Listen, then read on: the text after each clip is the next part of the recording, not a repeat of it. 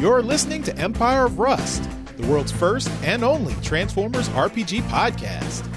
Join the heroes of Icon as they defend Cybertronian civilization from the remnants of Cybertron First to Lord Starscream's egotistical leadership, and beyond to the unknown threats on the other side of distant stars.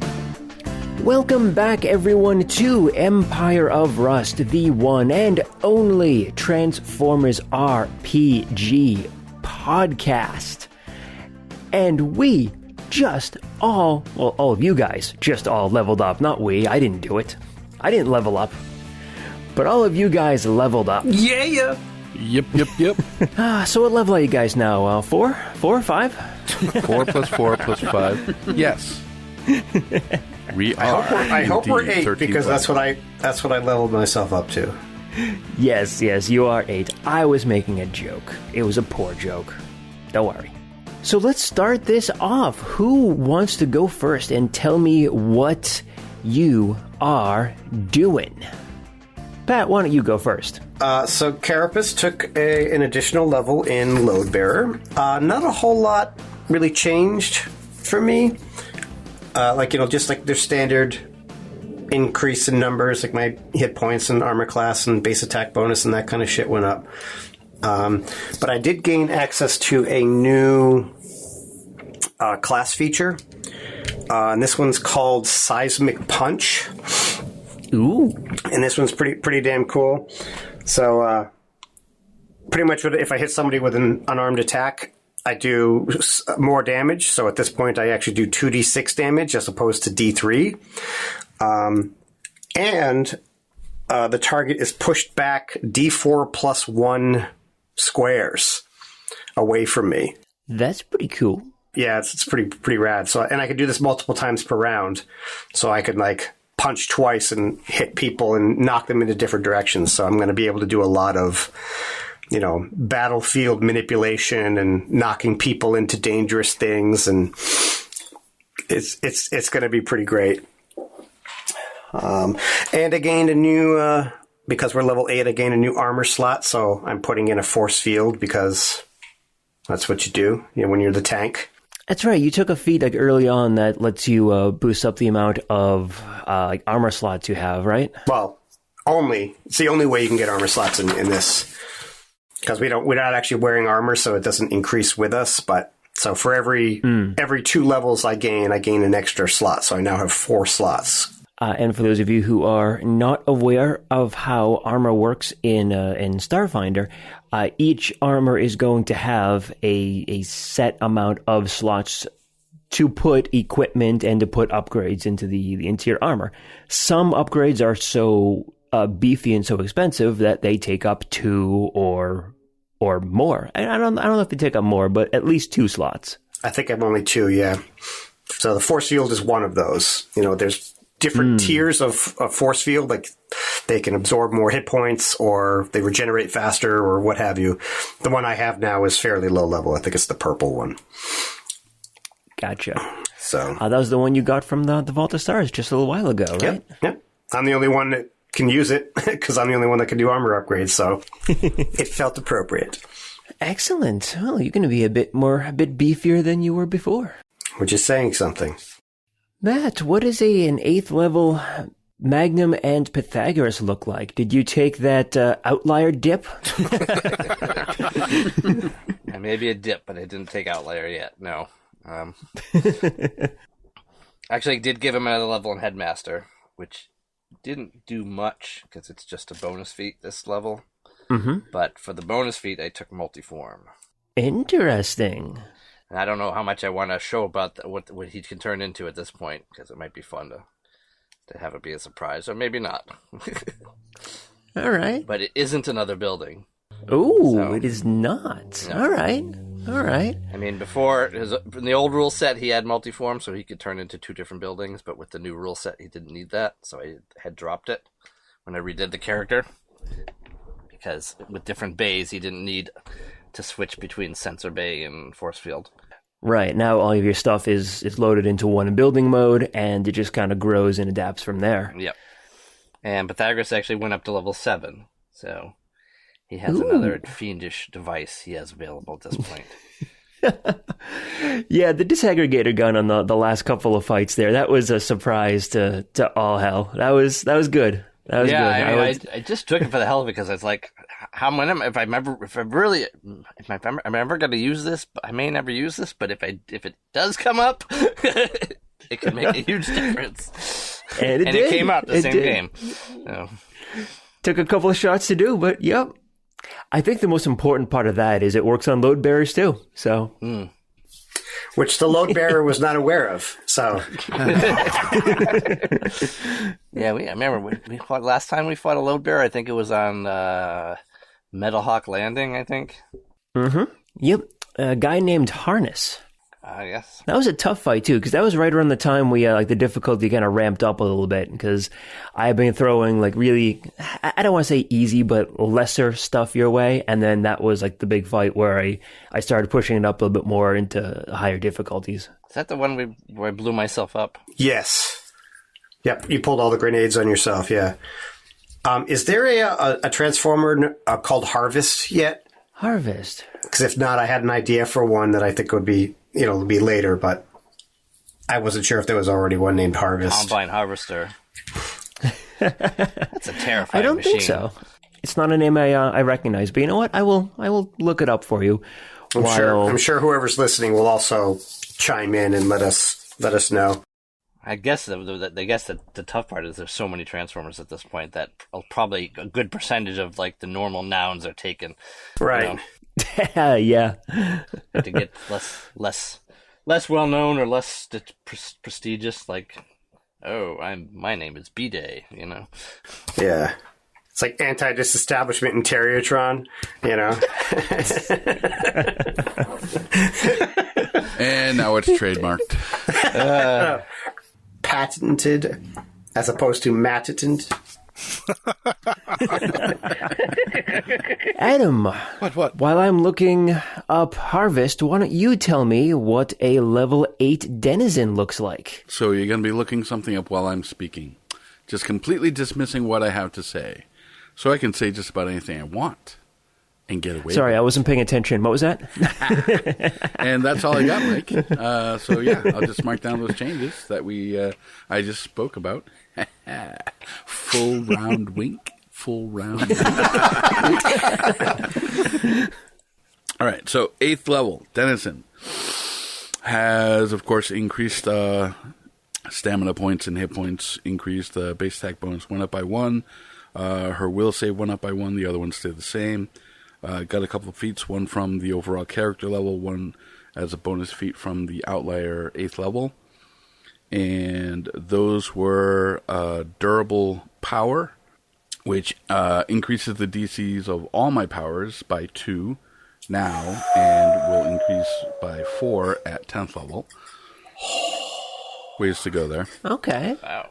Okay. Yeah, that'll be nice. And the bonus feat for her was the focus duration,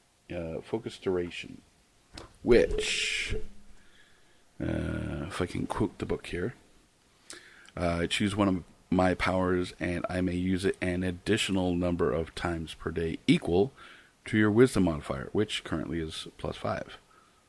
6 plus Nice. 6. Sorry. You may So lightning bolt.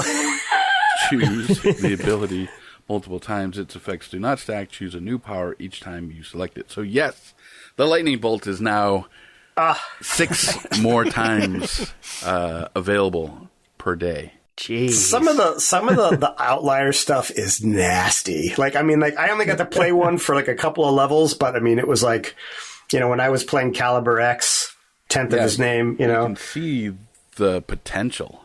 Oh God, it's insane. So many different builds that are just so fun. So how many times can you maximize it? I can. Yeah, that's still only. It's still only twice per day right now. Okay. Because I was just envisioning you being able to drop like 8 maximized 8d6 lightning bolts. Just being like, what? What? Yeah, that is unfortunately not good. I could use twin power though as well. Do you have that? Yes. Ooh, interesting. That allows me to take a power 1 use and target it at 2 targets.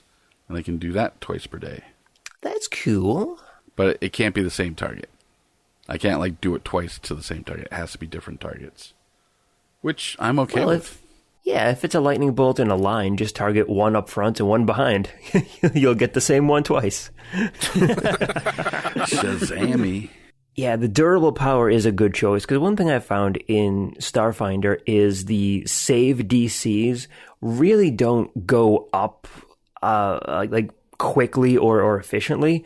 As I play a Solarian in another game, and even at level, what level are we? 9, 10? 9. I think we're. Yeah. I think we're 9. Yeah. You guys are right there. The DCs don't go up very fast. Yeah, my save DC is an 18 or something like that, which at this level, and the creatures that we're fighting that are appropriate for us, they're making those saves almost all the time. Yeah. Speaking of Caliber X, the special that we did with the Transmissions crew is actually right in the middle of the free releases right now. So all of you, I hope you have been enjoying that for the last couple of weeks, and going forward for the next couple of weeks too. Yeah, they should have all of them under their belt by now, right? I think it's still going in the free feed right now. I would have to look at the calendar to make certain, but if it's not already finished up, it will be finished up probably in a week or two at most. I'm talking about the free feed versus the Patreon feed. Right. All right. Well, we got one more person left here, Mike, and I'm told that you got something special for us for a level 8 Wildstrike. What do you got cooking under there? Is it going to be an undead version of Sweet Spot? No. Oh, too soon? I took the parts from the little Wildstrikes, and now I have multiple Wildstrikes that I can fire at people. I just chuck them. Son of a bitch! In plain form. What? And they crash into people and explode. It's going to be great. How does that? I was like, how does that work mechanically? I'm like, I'm fascinated. Yes, please. I took a level of Target Master. Oh. Yeah. Right. Wow. So you're a master at being a target? That doesn't seem like much of an upgrade. That's me. That's me. Yeah. So that should be interesting. Anything you want to talk about for the choices you made right now, or do you want to save it for the actual episode? I'll save it for the actual episode, because it's not very interesting without, putting it in play. Without the actual context. I get it. Exactly. All right. Cool. Shock value.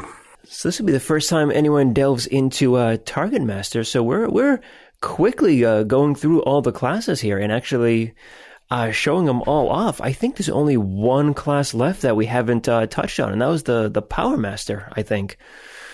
Because we got a soldier, we had a scout, we have a load bearer, we got an outlier, we have a headmaster, now we have a target master, and we had a what was Rob's? Scientist. What was Yeah, we have a scientist. we have a scientist. Rob Yep. was Deployer. And we have a deployer. So yeah, Power Master is the last one that we haven't had any experience with. So we'll have to see how that plays out. Well, with all of that out of the way, let's go ahead and jump right on into this episode.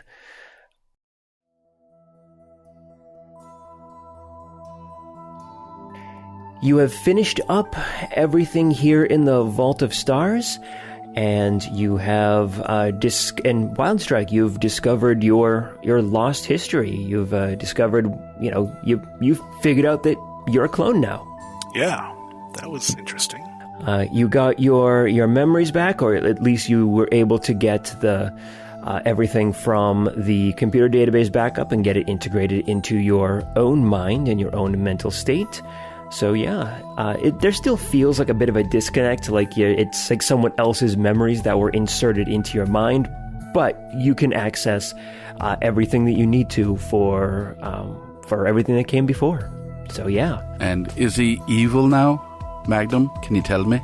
Can't you sense your own? What? Is sorry. this Wildstrike evil? The annoying sense is being overridden. I can't detect anything right now. Yeah. Just as well. Not a use you were. It's just the overwhelming smell of honey. Oh, bother. Don't try to sweet talk me. So what would all of you like to do? You still have some stuff kind of left over in the storeroom. You have the armory that you can completely raid and bring over and everything like that. And if you wanted to do anything lastly with the Vault of Stars itself, you have the opportunity. You're welcome to do it.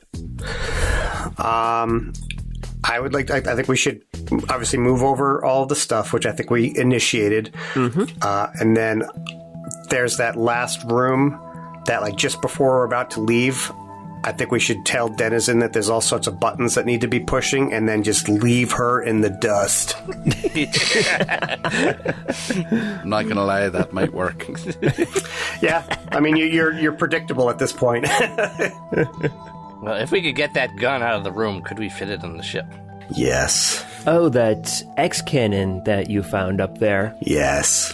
Yeah, I'll say that you can. It's certainly going to take a while to get the space doors secured and opened up, and then everything disconnected and out there. I mean, you're talking probably a good 2 to 3 hours worth of work, but yeah, you can do it.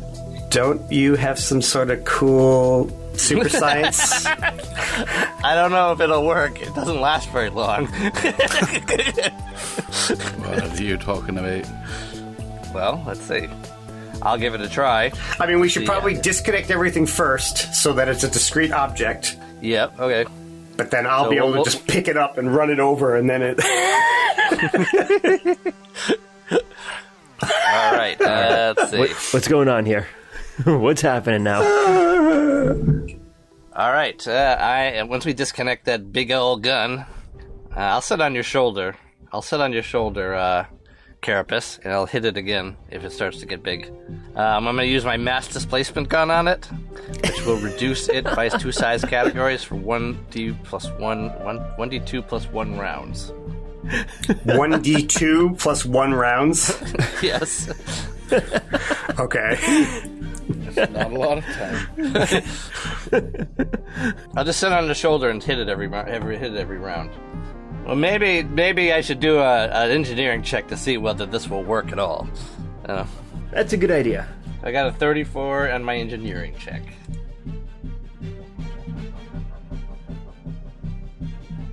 So we're not 5 minutes in, and I got him looking up the... that is interesting. It's like, I wonder what rule did I come up with back then when I didn't expect anyone to ever use this?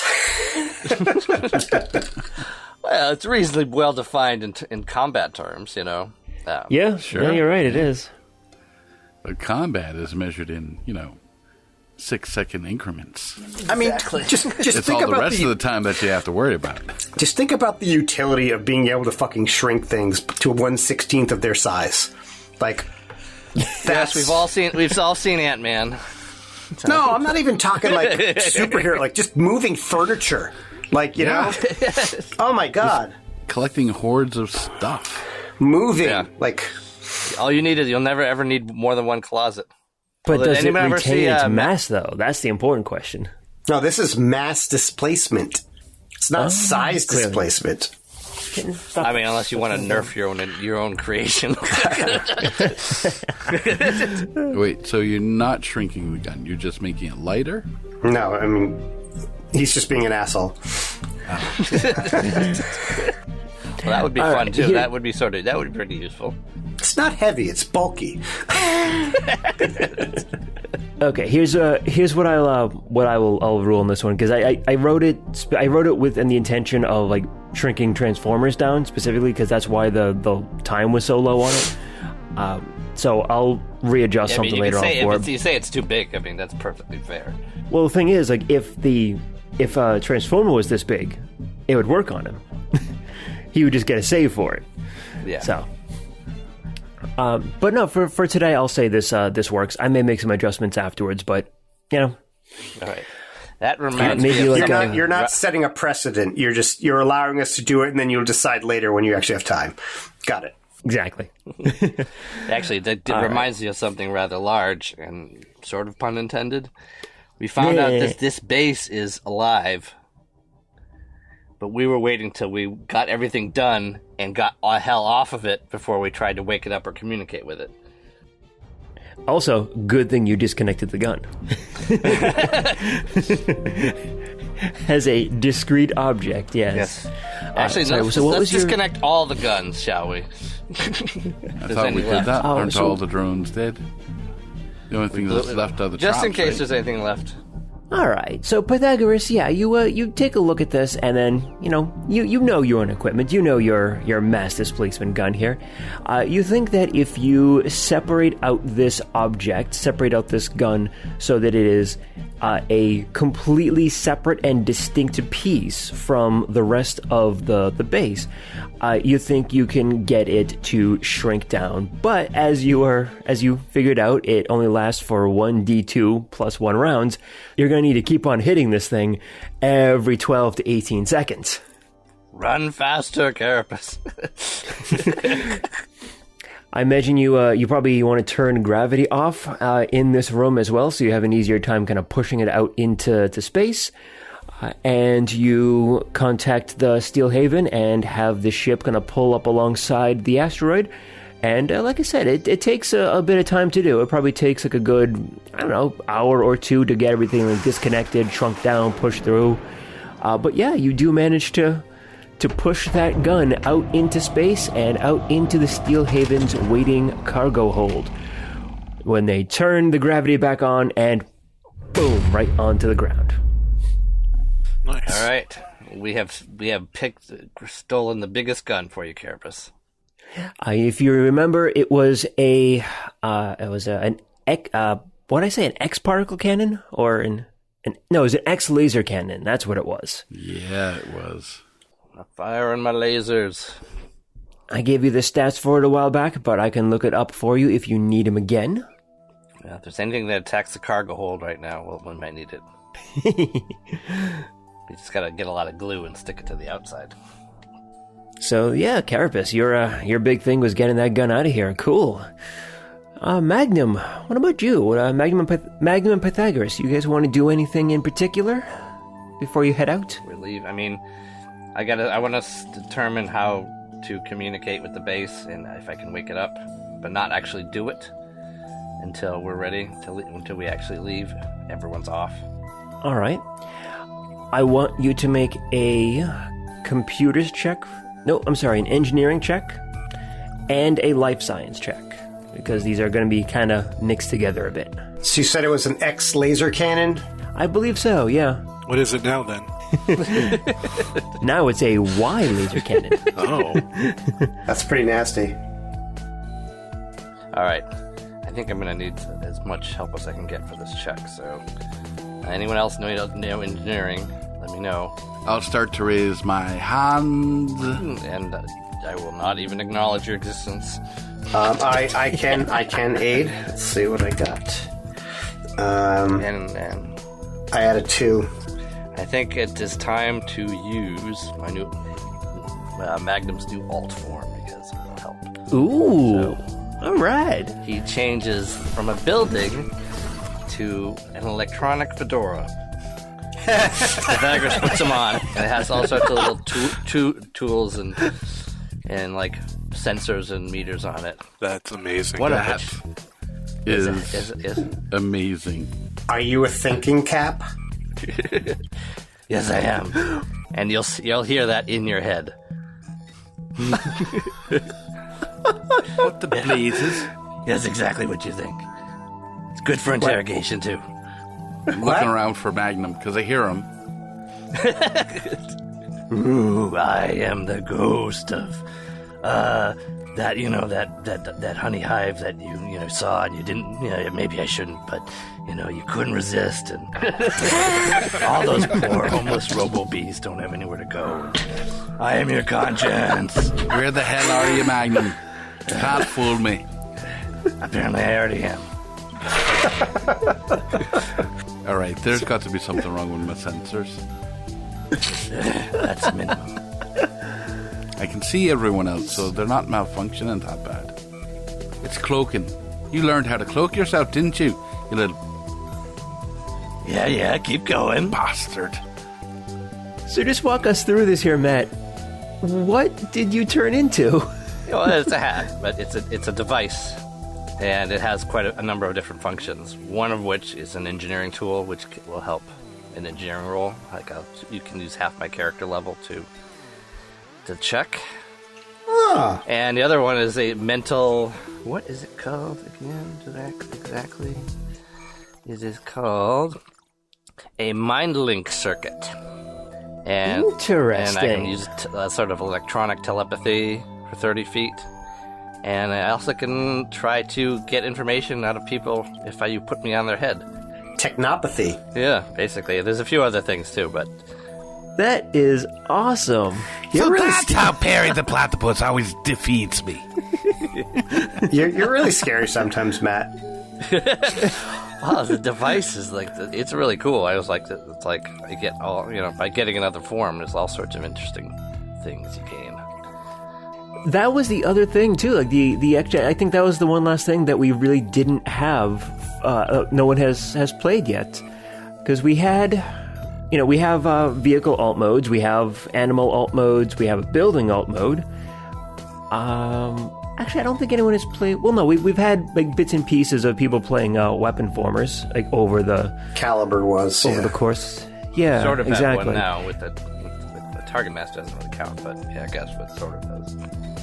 But yeah, I think this may be the first time we had an actual player play a device thing. Well, I wasn't going to may turn into anything that can move, I'll tell you that. So.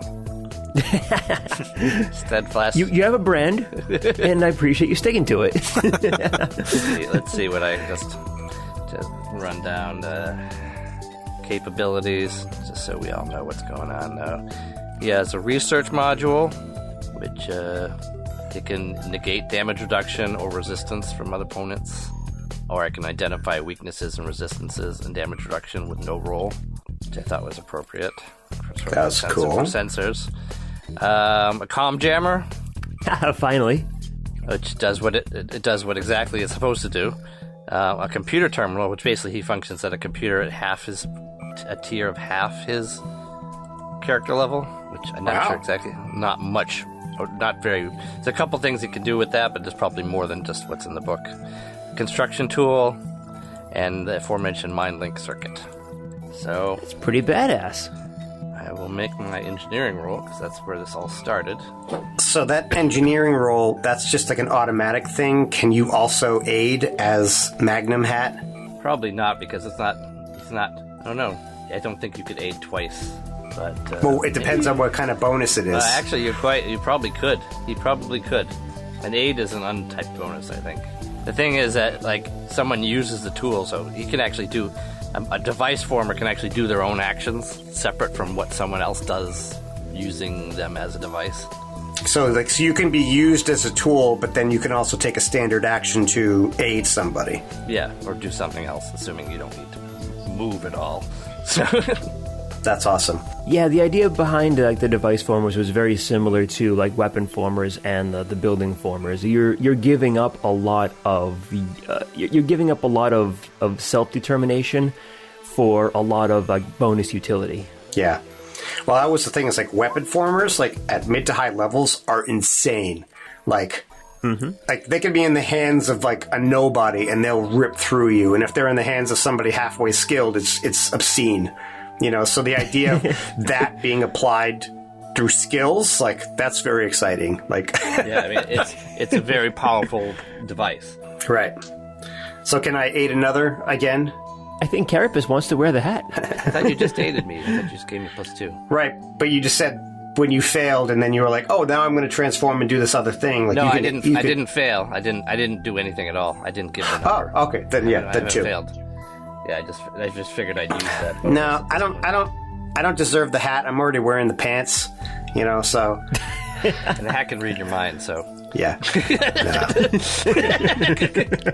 So I got a 32 engineering with the help of the tool and Carapace's help. All right, but you were going to say 32 on engineering. All right, 32 on engineering, and you have a life science check to make as well. And I now have 1 rank in life science. I've been watching, remember? Yeah. And I add another 2. All right. So I got a 32 on life science for a pair of 32s, huh? Yep. Okay. All right. So, walk me through this here. What's the goal that you want to do? Like, do you want to try and wake up the facility? Do you want to what are you trying to do that here? Once everything's completely off the facility and we've disconnected all its weapons, which I think we've pretty much covered at this point because we blew up all the turrets. But True. And we're on the ship and we've taken off. Reactivate this base and then communicate with it, because we don't know how it's going to react to being woken up, and also finding out it's encased in rock, which might be normal for it, but who knows. Presumably it knew that this was going to happen at some point. But is there anything that I could see that was keeping it insensible, like other than the power loss? Because remember when we found the little radio transmitter guy, he had a block on him, so he had to basically stay in dissolve forward mode, and he was basically unconscious, and they just used him as a gadget. Yeah, exactly. I'm just wondering if this base is being forced to be sort of unconscious, or it's just out of power and it's basically asleep because it doesn't have enough power. With both of those checks, and a fairly high checks too, you can determine how the base was put into its hibernation mode. The power itself, to the spark chamber, was effectively just shut off. It was just cut off. Not physically, the lines weren't cut or anything like that. It does look like it was an intentional thing, where power was intentionally prevented or stopped from reaching the spark chamber. And once that happens, it was only a matter of time before the base just stopped and went into stasis mode, went into hibernation, just to preserve what little power the spark has in order to maintain its life and its existence. I mean, you give it 1,000 years, it'd probably be dead. It will die eventually. Exactly right. It'll be a much, much slower process now because, the only thing using power is just the spark keeping itself, pulsing. But yeah, give it enough time, the base will eventually die. Well, hopefully not now, because I hooked up all the power again, and I will restore it. Do you have any idea if the base knew what was going to happen before it was done? Any communication logs, or if it agreed to it, if it didn't agree to it, or there was any? I don't see any restraints put on it, like a block on the transformation cog or anything like that. Correct. As you look through some of the records in the control room, you can see a couple of minor notes in the logs near the end of its near the end of the I was going to say session, near the end of its term until it went into stasis. And the reason for it was at this point in the war between the Autobots and Decepticons, energy was a little bit at a premium. It was determined that the base was just not power efficient, and with the lack of energy and lack of energon during the war effort, it was just decided that it wasn't worth the trouble to keep him supplied. So they let him kind of fade off. But assuming that it didn't get up and try to leave. So can I tell if it transforms into anything else? Oh, with the 32 on life science? No, you can determine that it's just this mode and his robot mode, whatever the robot mode looks like. All right, well, I don't know. You guys still okay with me turning this on? Is there a gigantic Decepticon symbol on it? If you don't do it, I'm going to. Pythagoras, as you're exploring through, you can see like where the Decepticon symbol would come together. It looks like it's in several parts, so you think that probably some of the rooms, as they maneuver around, would connect to the Decepticon symbol. But yep, it's got one. So if he transformed, would he just be sort of sitting in a big hole in an asteroid, basically? You think? We also don't know how, like, is he could be a medium-sized bot that just has 12 ranks and, exactly. alter mass, or he could be a big motherfucker and be like, hey, can I hold on to the ship while you guys go through light speed? You know? Oh, he could surf on it. That would be grand. Imagine seeing him come out of hyperspace. We'll just strap him to the roof. All right, well... God, I'm just imagining that now. You guys come out of Faster Than Light, and he's surfing you. It's like, really? All right. But yes, it's this bot you think would probably be about as big as your ship, maybe a little bit bigger. In bot form. In bot form, yes. Let's see what happens. I will flip the switch once we're all ready. All right. Once you guys get back on the ship, I will go through that with you. Denizen, what would you like to do before you start heading out? Well, if they're not going to allow me to hit any of the buttons or flip any of the switches, I'll flip them off and head toward the exit, waiting for them. It's clear it's going to be a great show. I'd love to see it from the ship. All right. And Wildstrike, anything to wrap up before you head out? Before we head out, I don't think so. I think I have everything I need from here. Are we taking the corpses with us? I assume Wildstrike would decide on his own corpse. Was anyone going to eat that?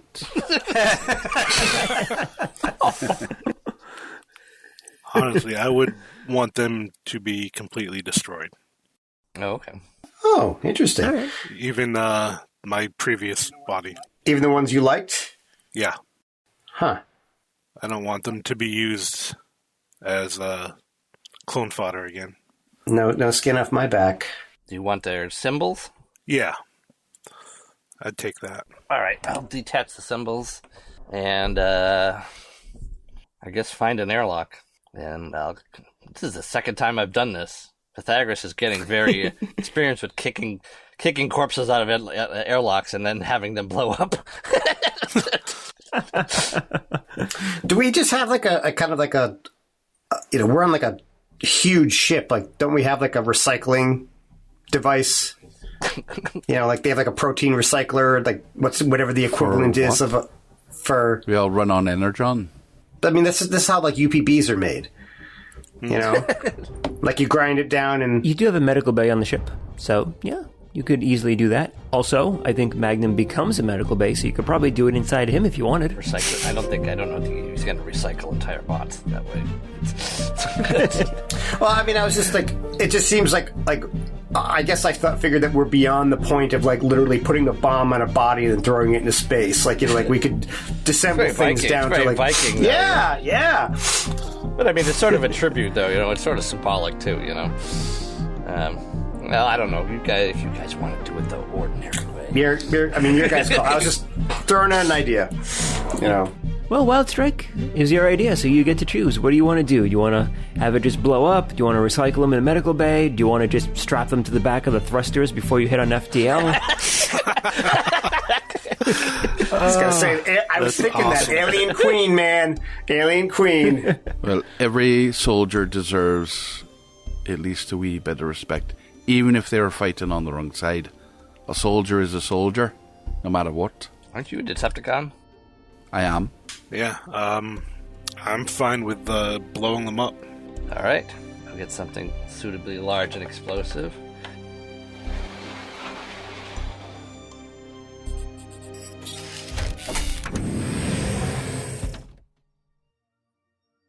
Do you want to do the honors?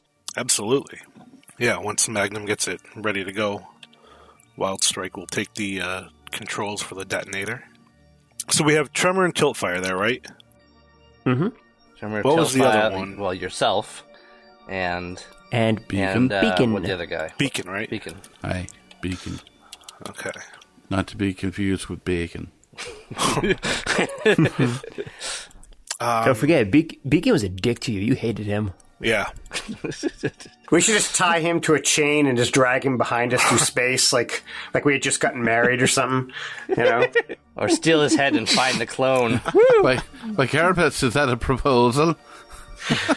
I mean, I was suggesting it. Oh, you're actually proposing it? I mean, if you tell me that you hate the guy, I mean, like, I'm just trying.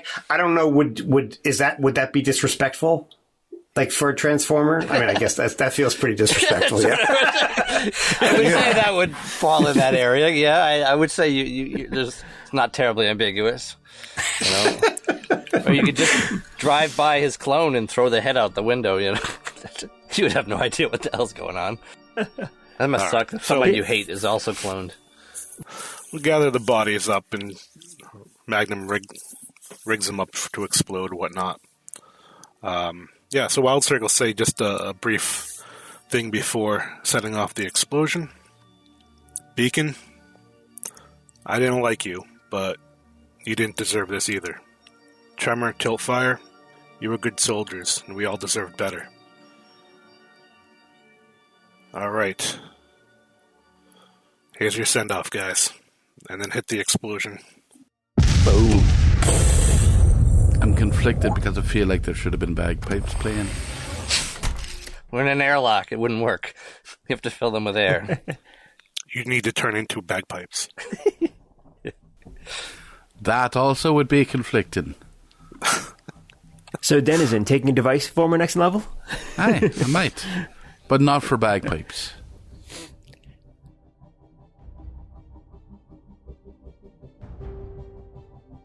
All right, yeah, so with that send-off, and let's go ahead and get back onto the ship.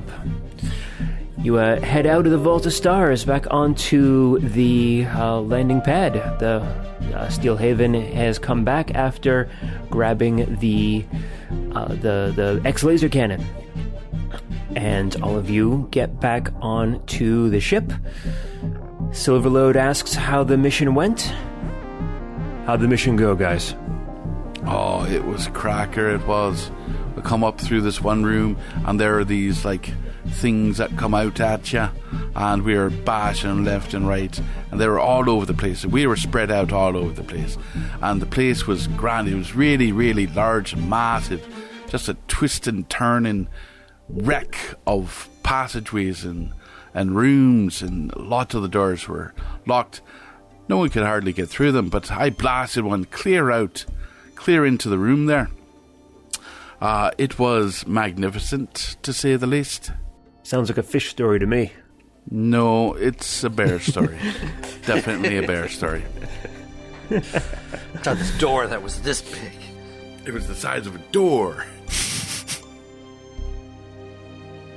All right, well, what's the next step then? Are we returning to Cybertron? Do we need to go anywhere else, or...? We'll be returning to Cybertron, but we have one more thing to do before we leave once you take off. We are going to wake up the starbase. Oh, yeah, this is going to be grand. I'll try to get a place by the window. Wait, wake it up? It's a Cybertronian? Yes, apparently. This is going to be the best part. So I would get a bit of a distance and make sure all the weapons are turned on, just in case he's a little confused and hostile. Beta Taurus, shields up. Maximum distance. We're back in Cybertron. Like, okay. This is the other side of distant stars. Yep. Wow. The backside of the universe. Didn't think I'd see it. Not today, anyway. Hey, the quantum communicator, that's part of his body then, isn't it? Indeed it is. All right. Well, when we're ready, I'm going to flip the switch. Okay. Are you going to do it, or let Denizen do it? I'm going to do it. Yeah. It's not a button. It's not a button. Yeah, it's like a lever. That's different. I'm going to make Denizen a big box really close, covered in buttons and levers and lights. What are you doing? Yes. What are you doing? I'm going to make you a present. It's like a fidget spinner. Pretty much, yes. All right, Magnum, you go ahead and you take your lever and you slowly push that up and clicks into place. And all of your sensors start lighting up as full power is restored to every part of the facility, including the spark. And as you are scanning, you can feel the pulse of the spark get boom, boom, boom, like bigger and bigger. And not even 5 minutes later, you start to see the building start to shake and bend and compress, and the whole building, the whole thing stands up, and you have this massive, massive transformer standing on this asteroid, staring at the ship. To be continued on the next episode of Empire of Rust. From the Secret Files of Teletran 1, Empire of Rust is written and GM'd by Michael Ordway. Headmaster Magnum and his partner Pythagoras are played by Matthew G. Denizen, the mysterious druid, is played by Adam H.U. The Decepticon warrior Wildstrike and his partner Nyko are played by Mike M. And Carapace, the beast soldier of primitive Eucharis, is played by Patrick Finn. Additional characters are played by Michael and Cassandra Ordway. Empire of Rust is supported by the humans and networks of planet Earth, whose online networks provide access to libraries of sound effects and music, such as Storyblocks, Sasplat, Blue Zone, and Dark Fantasy Studios. We are distributed by the Transmissions Podcast Network. Stay up to date with all the latest news and reviews in the world of the Transformers by going to transmissionspodcast.com or searching for the Transmissions in your podcast app of choice. You can communicate with the heroes of Iacon by joining us on the Transmissions Discord channel. There you can discuss episodes, talk to the cast, and download the rule set used in the Empire of Rust. Teletran 1, signing off.